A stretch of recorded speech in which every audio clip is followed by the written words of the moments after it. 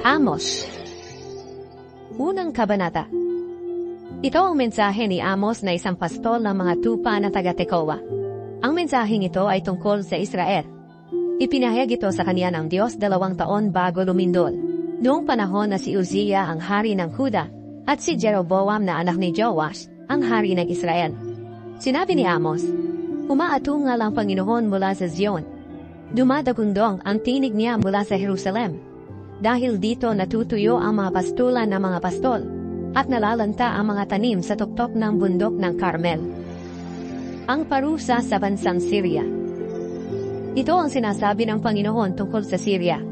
Dahil sa patuloy na pagkakasala ng mga taga-Damascus, parurusahan ko sila, sapagkat pinagmanupitan nila ang mga taga-Gilead na parang giningik ng tabla na may mga ngiping bakal sa ilalim.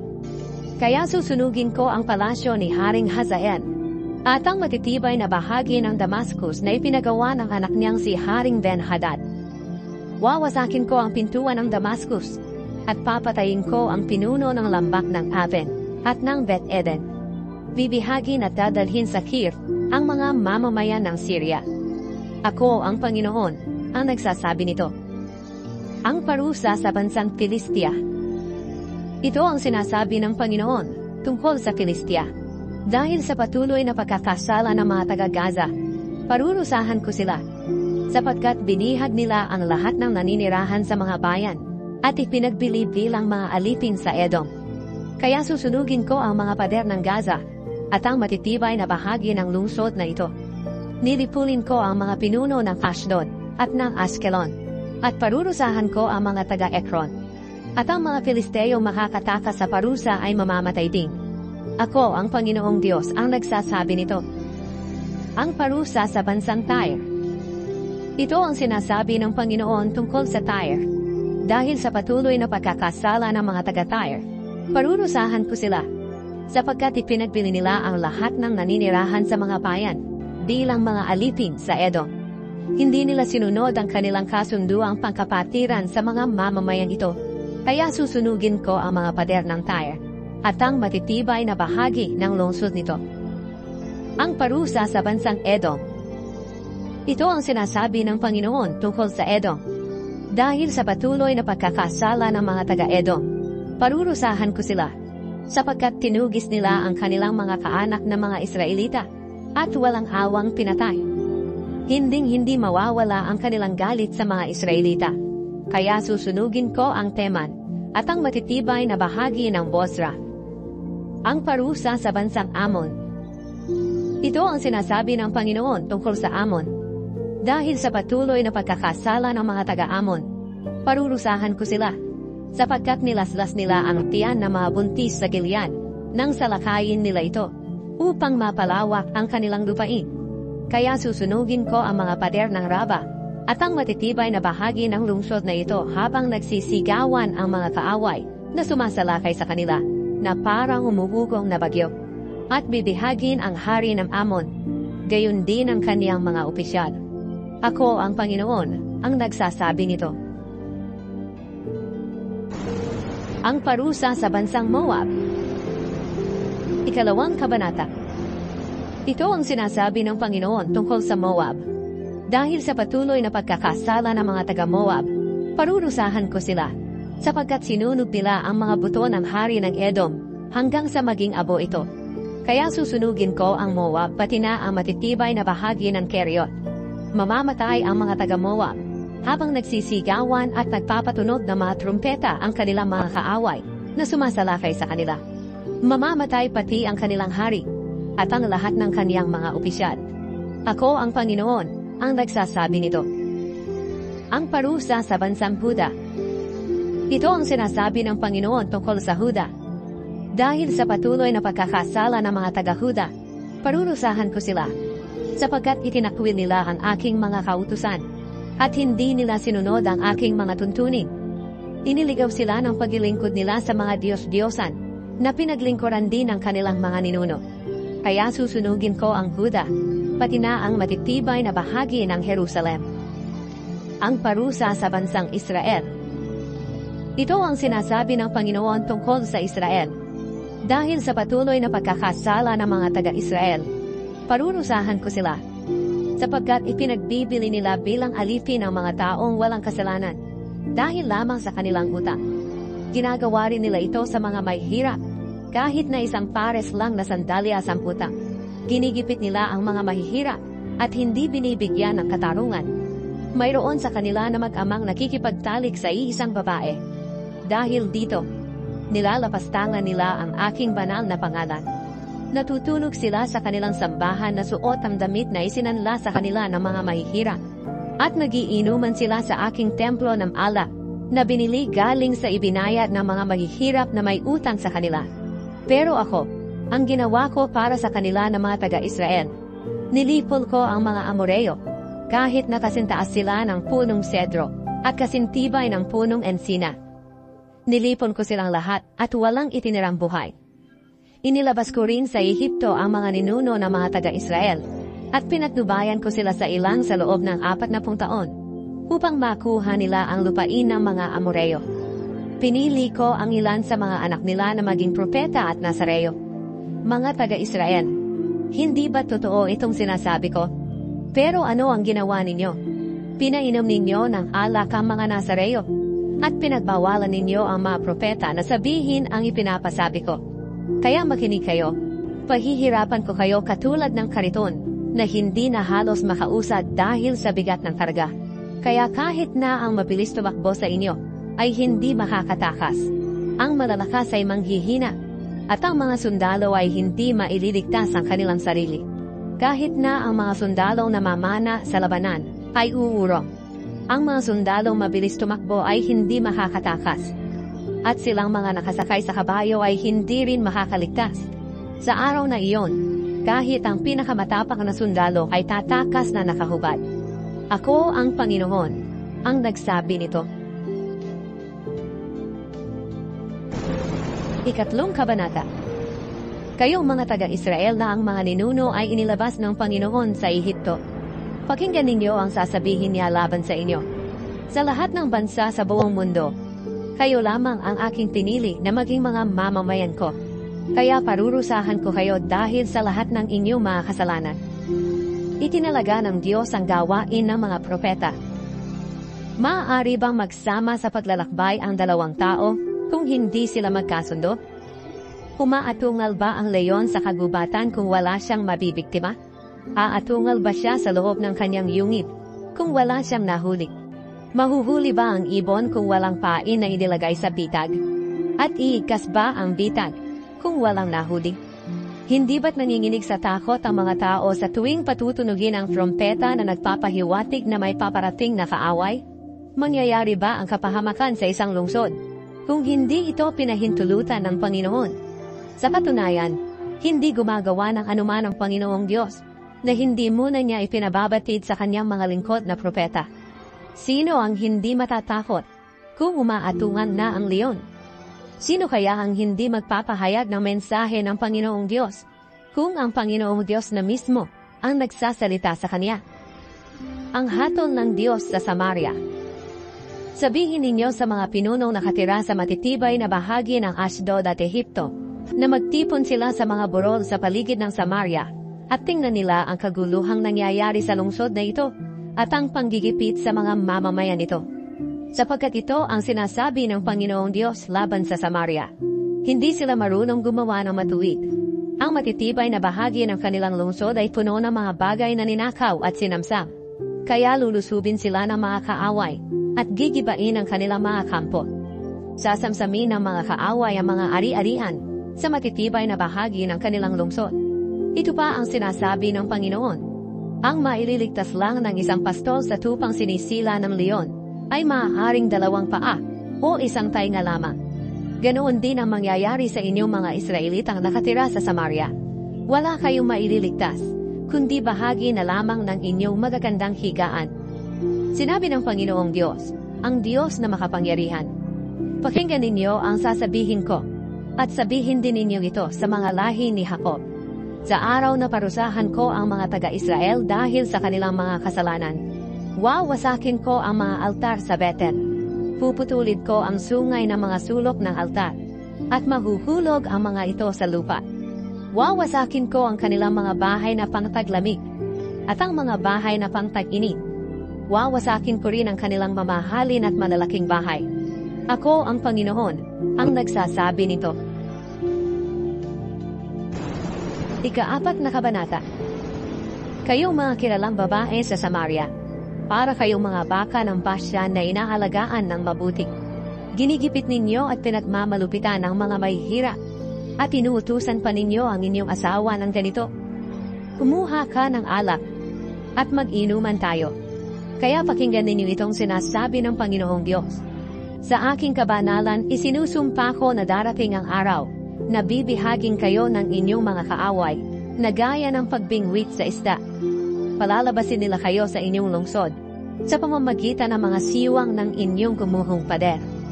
At dadalhin nila kayo sa lupain ng Harmon. Ako ang Panginoon, ang nagsasabi nito.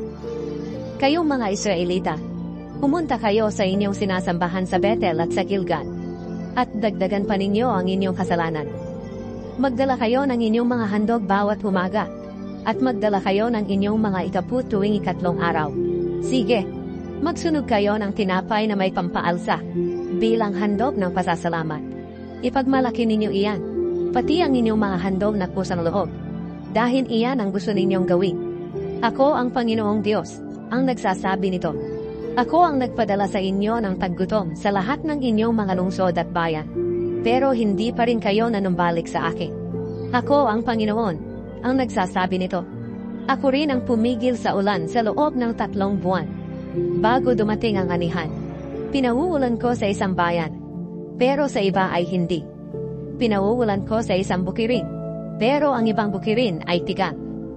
Dahil sa panghihina, pasuray-suray kayong naghahanap ng maiinom. Palipat-lipat kayo sa mga bayan sa paghahanap ng tubig, pero walang makuhang sapat. Pero hindi pa rin kayo nanumbalik sa akin. Ako ang Panginoon, ang nagsasabi nito. Sinira ko na maraming beses ang inyong mga pananim, sa pamamagitan ng mainit na hangin, at ng mga peste. Sinalakay ng mga balang ang inyong mga puno ng igos at olibo. Pero hindi pa rin kayo nanumbalik sa akin. Ako ang Panginoon, ang nagsasabi nito.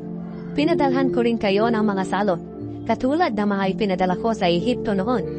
Ipinapatay ko ang inyong mga binata sa digmaan, at ipinabihag ang inyong mga kabayo. Pinahirapan ko rin kayo sa baho ng mga patay sa inyong mga kampo.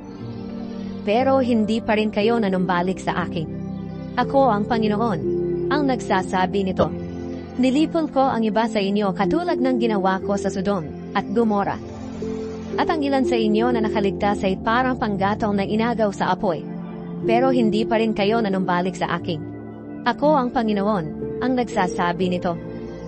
Kaya muli kong gagawin ang mga parusang ito sa inyo, na mga taga-Israel. At dahil gagawin ko ito, humanda kayo sa pagharap sa akin na inyong Diyos. Ang Diyos ang lumikha ng mga bundok at ng hangin, at siya rin ang nagpapalipas ng araw para maging gabi. Ipinapaalam niya sa tao ang kaniyang mga plano, at siya ang namamahala sa buong mundo. Ang kaniyang pangalan ay Panginoon, ang Diyos na makapangyarihan. Ang panawagan sa pagsisisi. 5 kabanata. Mga Israelita, pakinggan niyo itong panaghoy tungkol sa inyo. Ang Israel na katulad ng isang babaeng birhen ay nabuwan at hindi na muling makabangon.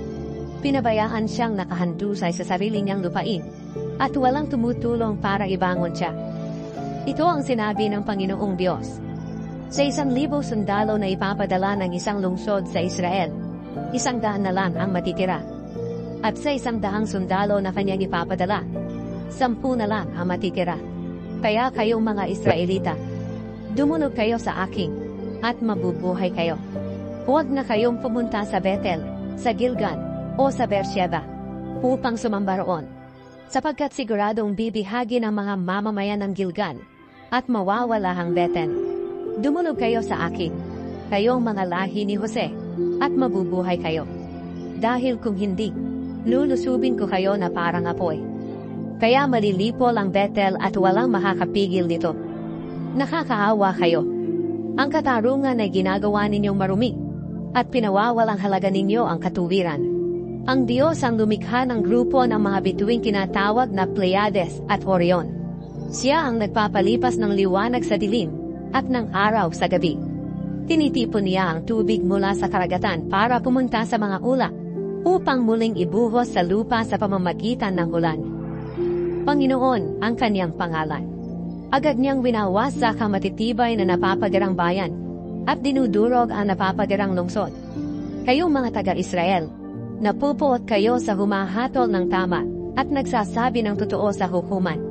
Inaapi ninyo ang mga mahihirap at pinipilit na magbigay sa inyo ng kanilang ani. Kaya hindi kayo makakatira sa ipinatayo ninyong mansyon, at hindi kayo makakainom ng katas mula sa itinanim ninyong mga ubas. Sapagkat alam ko kung gaano karami at kabigat ang inyong mga kasalanan. Inuusig ninyo ang mga taong walang kasalanan, at kinikikilan pa ninyo. Hindi ninyo binibigyan ng hustisya sa hukuman ng mga mahihirap. Dahil naghahari ngayon ang kasamaan, ang marurunong ay tumatahimik na lang. Gawin na lamang ninyo ang mabuti at huwag ang masama para mabuhay kayo. At sasamahan kayo ng Panginoong Diyos na makapangyarihan, gaya ng inyong sinasabi. Kapuutan ninyo ang masama, at gawin ang mabuti, at pairalin ninyo ang hustisya sa inyong mga hukuman. Baka sakaling maawa ang Panginoong Diyos na makapangyarihan sa inyong mga natitira sa mga lahi ni Jose. Kaya ito ang sinasabi ng Panginoong Diyos na makapangyarihan. Darating ang araw na maririnig ang mga iyakan at panaghoy sa mga plaza at mga lansangan. Ipapatawag ang mga magsasaka para umiyak sa mga patay, nakasama ng mga taong inupahan para umiyak. May mga iyakan din sa inyong mga taniman ng hubas. Mangyayaring ito dahil parurusahan ko kayo. Ako, ang Panginoon, ang nagsasabi nito. Ang araw ng paghatol ng Diyos. Nakakaawa kayong naghihintay ng araw ng Panginoon. Huwag ninyong isipin na araw iyon ng inyong kaligtasan, sapagkat iyon ang araw na parurusahan kayo. Para kayong taong nag-aakalang ligtas na siya dahil nakatakas siya sa leon, pero nasa lubong naman niya ang oso. O di kaya'y nag-aakalang ligtas na siya dahil nasa loob na siya ng kanyang bahay, pero nang isinandal niya ang kanyang kamay sa dingding, tinuklaw ito ng ahas. Tiyak na darating ang araw ng Panginoon at ito'y magdudulot ng kaparusahan at hindi kaligtasan. Katulad ito ng dilim na walang liwanag, kahit kaunti man lang. Ang gusto ng Panginoon na dapat gawin ng kanyang mga mamamayan. Sinabi ng Panginoon sa mga Israelita, napupuot ako sa inyong mga pista. Hindi ako nalulugod sa inyong ginagawang pagtitipon. Kaya kahit dalhan pa ninyo ako ng sari-saring handog, kahit pa ang pinakamabuting handog ay hindi ko tatanggapin. Tigilan na ninyo ang maingay ninyong awitan. Ayokong makinig sa tugtog ng inyong mga alpa. Sa halip, nais kong makita na pinag-iiral ninyo ang katarungan at ang katuwiran na parang ilog na patuloy na humaagos. Mga mamamayan ng Israel, noong nasa ilang ang inyong mga ninuno sa loob ng 40 taon, naghandog ba sila sa akin? Hindi. At ngayon ay buhat-buhat ninyo si Sakut, ang Diyos-Diyos ang itinuturing ninyong hari, at si Kaiwan ang Diyos-Diyos sa ninyong bituin. Ginawa ninyo itong mga imahen para sambahin. Kaya ipapabihag ko kayo, at dadalhin sa kabila pa ng Damascus. Ito nga ang sinabi ng Panginoon, na tinatawag na Diyos na makapangyarihan. Ang kasamaan ng mga pinuno ng Israel. Ika-6 na kabanata. Nakakaawa kayong mga pinuno ng Zion at Samaria, na nagpapasarap sa buhay at walang pakialam. Itinuturing ninyo ang inyong mga sarili na mararangal na tao, ng nangungunang bansa, at sa inyo lumalapit ang inyong mga mamamayan na nangangailangan. Tingnan ninyo kung ano ang nangyari sa lungsod ng Kalne, ang malaking lungsod ng Hamat, at ang lungsod ng Gat sa Filistia. Mas makapangyarihan ba kayo kaysa sa mga kahariang iyon? Mas malawak ba ang inyong lupain kaysa sa kanila? Kawawa kayong nag-aakala na hindi darating sa inyo ang araw ng pagpaparusa. Dahil sa ginagawa ninyong kasamaan, lalo ninyong pinadadali ang araw na iyon, na maghahari ang karahasan. Kawawa kayong mga pahiga-higalan sa inyong mga mamahaling kama, at nagpapakabusog sa masasarap na pagkain karne ng batang tupa, at ng pinatabang guya. Kawawa kayong mga kumakatha ng mga awit habang tumutugtog ng halpa, at mahilig tumugtog ng mga tugtuging katulad ni David. Kawawa kayong malalakas uminom ng alak, at gumagamit ng mamahaling pabango, pero hindi nagdadalamhati sa sasapiting pagbagsak ng inyong bansa. Kaya kayong mga pinuno ang unang bibihagin, at matitigil na ang inyong mga pagpipista at pagwawalang bahala. Kinamumuhian ng Panginoon ang pagmamataas ng Israel. Sumumpa ang Panginoong Diyos, ang Diyos na makapangyarihan. Sinabi niya, kinamumuhian ko ang pagmamataas ng mga lahi ni Jacob, at kinasusuklaman ang matitibay na bahagi ng kanilang lungsod. Kaya ipapasakop ko sa kaaway ang kanilang lungsod, at ang lahat ng naroroon. Kung may 10 tao na matitira sa isang bahay, lahat sila ay mamamatay. Ang bangkay ng namatay ay kukunin ng kanyang kamag-anak upang sunugin. Tatanungin niya ang nagtatago sa kaloob-looban ng bahay, may kasama ka pa riyan? Kapag sumagot siya ng wala, sasabihin ng nagtanong, tumahimik ka na. Baka mabanggit mo pa ang pangalan ng Panginoon, at maparusahan tayo. Ang totoo, kapag ang Panginoon na ang nagugutos, mawawasak ang lahat ng bahay, malaki man o maliit. Makakatakbo ba ang kabayo sa batuhan? Makakapag-araro ba ang baka roon? Siyempre hindi. Pero binaligtad ninyo ang katarungan para mapahamak ang tao. At ang katarungan ay ginawa ninyo masama. Tuwang-tuwa kayo nang nasakop ninyo ang mga bayan ng Lodebar at Karnaim. At sinasabi ninyo, natalo natin sila sa pamamagitan ng sarili nating kalakasan. Pero ito ang sagot ng Panginoong Diyos na makapangyarihan. Kayong mga mamamayan ng Israel ay ipasasalakay ko sa isang bansa. Pahihirapan nila kayo, at sasakupin ang inyong lugar mula Lebo Hamat hanggang sa lampak ng Araba. Ang pangitain ni Amos tungkol sa balang, apoy at hulog. Ikapitong kabanata. Ito ang ipinakita sa akin ng Panginoong Diyos. Nakita kong nagtipon siya ng napakaraming bala. Nangyari ito matapos maibigay sa hari ang kanyang parte mula sa unang ani sa bukid. At nang magsisimula na ang pangalawang ani, nakita kong kinain ng mga balang ang lahat ng tanim at walang natira. Kaya sinabi ko, Panginoong Diyos, nakikiusap po ako na patawarin niyo na ang mga lahi ni Jacob. Paano sila mabubuhay kung parurusahan niyo sila? Mahina po sila at walang kakayahan. Kaya nagbago ang isip ng Panginoon at kanyang sinabi, hindi na mangyayari ang nakita mo. May ipinakita pa ang Panginoong Diyos sa akin. Nakita kong naghahanda siya upang parusahan ang kanyang mga mamamayan sa pamamagitan ng apoy. Pinatuyo ng apoy ang pinanggagalingan ng tubig sa ilalim ng lupa at sinunog ang lahat ng nandoon sa lupain ng Israel. Kaya sinabi ko, Panginoong Diyos, nakikiusap po ako sa inyo na huwag niyong gawin iyan. Paano mabubuhay ang mga lahi ni Jacob kung gagawin niyo po iyan? Mahina po sila at walang kakayahan. Kaya nagbago ang isip ng Panginoon at sinabi niya, hindi na mangyayari ang nakita mo. Ito pa ang ipinakita sa akin ng Panginoong Diyos. Nakita ko ang Panginoon na nakatayo malapit sa pader at may hawak na hulog na ginagamit para malaman kung tuwid ang pagkagawa ng pader. Tinanong ako ng Panginoon, Amos, ano ang nakikita mo? Sumagot ako, hulog po.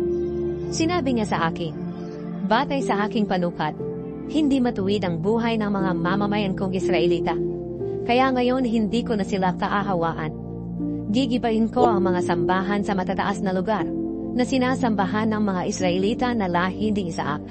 At ipapasalakay ko sa mga kaaway ng Israel ang kaharian ni Haring Jeroboam. Si Amos at si Amaziah. Si Amaziah na pari sa Bethel ay nagpadala ng mensahe kay Haring Jeroboam ng Israel. Sinabi niya, may binabalak na masama si Amos laban sa iyo rito mismo sa Israel. Hindi na matiis na mga tao ang kanyang mga sinasabi. Sinasabi niya, mamamatay si Jeroboam sa labanan at tiyak na bibihagin ang mga taga-Israel at dadalhin sa ibang bansa. Sinabi ni Amaziah kay Amos, ikaw na propeta, umalis ka rito at bumalik sa Huda. Doon mo gawin ang iyong hanap buhay bilang propeta. Huwag ka nang magpahayag ng mensahe ng Diyos dito sa Bethel, sapagkat nandito ang templong sinasambahan ng hari, ang templo ng kanyang kaharian. Sumagot si Amos kay Amaziah, "Hindi ako propeta noon at hindi rin ako tagasunod ng isang propeta. Pastol ako ng tupa at nag-aalaga rin ng mga punong kahoy ng sikomoro. Pero sinabi sa akin ng Panginoon na iwan ko ang aking trabaho bilang pastol at ipahayag ko ang kanyang mensahe sa inyo na mga taga-Israel na kanyang mamamayan. Ngayon, ikaw na nagbabawal sa akin na sabihin ang mensahe ng Diyos sa mga taga-Israel na lahi ni Isaac. Pakinggan mo ang sinasabi ng Panginoon laban sa iyo. Ang iyong asawa ay magiging babaeng bayaran sa lungsod, at ang iyong mga anak ay mamamatay sa digmaan. Ang iyong lupain ay paghahati-hatian ng iyong mga kaaway, at mamamatay ka sa ibang bansa. At tiyak na bibihagin ang mga taga-Israel, at dadalhin sa ibang bansa." Ang pangitain ni Amos tungkol sa basket ng mga prutas. Ikawalong kabanata. Ito ang ipinakita sa akin ng Panginoong Diyos. Nakita po ang isang basket na may mga hinog na prutas. Tinanong niya ako, "Amos, ano ang nakikita mo?" Sumagot ako, "Isang basket po ng mga hinog na prutas." Sinabi sa akin ng Panginoon, "Dumating na ang katapusan ng mga mamamayan kong Israelita. Hindi ko na sila kaaawahan. Sa araw na iyon, ang masasayang hawitan sa templo ay magiging iyakan, dahil kakalat ang patay kahit saan, at wala nang maririnig na ingay. Ako ang Panginoong Diyos, ang nagsasabi nito. Ang kasalanan ng mga mayayamang Israelita. Makinig kayo, kayong mga nanggigipit sa mga mahihirap, at nagtatangkang lipulin sila. Inip na inip kayong matapos ang pista ng pagsisimula ng buwan, o araw ng pamamahinga, para makapagbenta na kayo ng mga inaning butil, at makapandaya sa mga mamimili, sa pamamagitan ng inyong madayang timbangan at pantakan ng trigo. Nagmamadali kayong makapagbenta ng mga butil na hinaluan ng ipa, para makabili kayo ng taong dukha, na ipinagbibiling alipin, dahil hindi siya makabayad ng kanyang utang. Kahit ang utang niya ay kasing halaga lamang ng isang pares ng sandalyas. Kaya sumumpa ang Panginoon, ang Diyos na ipinagmamalaki ng mga lahi ni Jacob. Hindi ko makakalimutan ang lahat ng kasamaan na ginawa ninyo. Dahil dito palilindulin ko ang inyong lupain, at mag-iiyakan kayo. Yayanigin ko ng gusto ang inyong lupain, na tulad ng ilog na tumataas kapag may baha, at bumababa tulad ng ilog ng Nilo sa Ehipto. Sa araw na iyon palulubugin ko ang araw sa katanghaliang tapat. Kaya didilim ang buong lupain, kahit araw pa. Ako ang Panginoong Diyos ang nagsasabi nito. Gagawin kong iyakan ang kasayahan sa inyong pista, at ang inyong pag-aawitan ay magiging panaghoy. Pagdadamitin ko kayo ng sakop, at uutusang magpakalbo, para ipakita ang inyong pagdadalamhati. Katulad ng mga magulang na umiiyak sa pagkamatay ng kanilang kaisa-isang anak. Pero magiging mas masakit pa ang huling parusa. Sinabi pa ng Panginoong Diyos, darating ang araw na padadalhan ko ng taggutom ang inyong lupain. Pero hindi ito pagkagutom sa pagkain, o pagkauhaw sa tubig, kundi pagkagutom at pagkauhaw sa aking mga salita. Pagod na kayo sa paghahanap ng mga taong makakapagpahayag sa inyo ng aking salita, pero hindi ninyo matagpuan kahit saan kayo pumunta. Sa araw na iyon na parurusahan ko kayo, kahit na ang inyong magagandang dalaga at ang inyong malalakas na mga binata ay mawawala ng malay dahil sa matinding uhaw. Kayong mga nanunumpa sa ngalan ng mga Diyos-Diyosa ng Samaria, Dan at Beersheba, lilipulin kayo at hindi na makakabangon. Walang makakatakas sa parusa ng Diyos. Ikasyam na kabanata. Sinabi ni Amos, nakita ko ang Panginoon na nakatayo malapit sa altar at sinabi niya, hampasin mo ang itaas na bahagi ng mga haligi ng templo, upang mawasak ang bubong, at nang mabagsakan ang mga tao. Ang matitirang buhay ay mamamatay sa digmaan. Wala ni isa mang makakatakas o makakaligtas. Kahit magtago pa sila sa ilalim ng lupa, sa lugar ng mga patay, kukunin ko pa rin sila. Kahit na umakyat pa sila sa langit, hihilahin ko pa rin sila pababa. Kahit magtago pa sila sa paktok ng bundok ng Carmel, hahanapin ko sila roon, at huhulihin. Magtago man sila sa kalaliman ng dagat, uutusan ko ang ahas na tuklawin sila. Kahit na bihagin sila ng kanilang mga kaaway, ipapapatay ko pa rin sila. Dahil desidido na akong lipulin sila at huwag nang tulungan. Kapag hinipo ng Panginoong Diyos na makapangyarihan ang lupa, mayayanig ito at mag-iiyakan ang lahat ng naninirahan dito. Ang pagyanig nito ay parang pagtaas at pagbaba ng tubig sa ilog ng Nilo sa Ehipto. Ang Diyos ang gumawa ng kanyang sariling tirahan sa langit. At siya ang gumawa ng kalawakan sa itaas ng lupa. Siya rin ang nag-iipon ng tubig dagat sa mga alapaap. At pinauulan ito sa lupa. Ang pangalan niya ay Panginoon.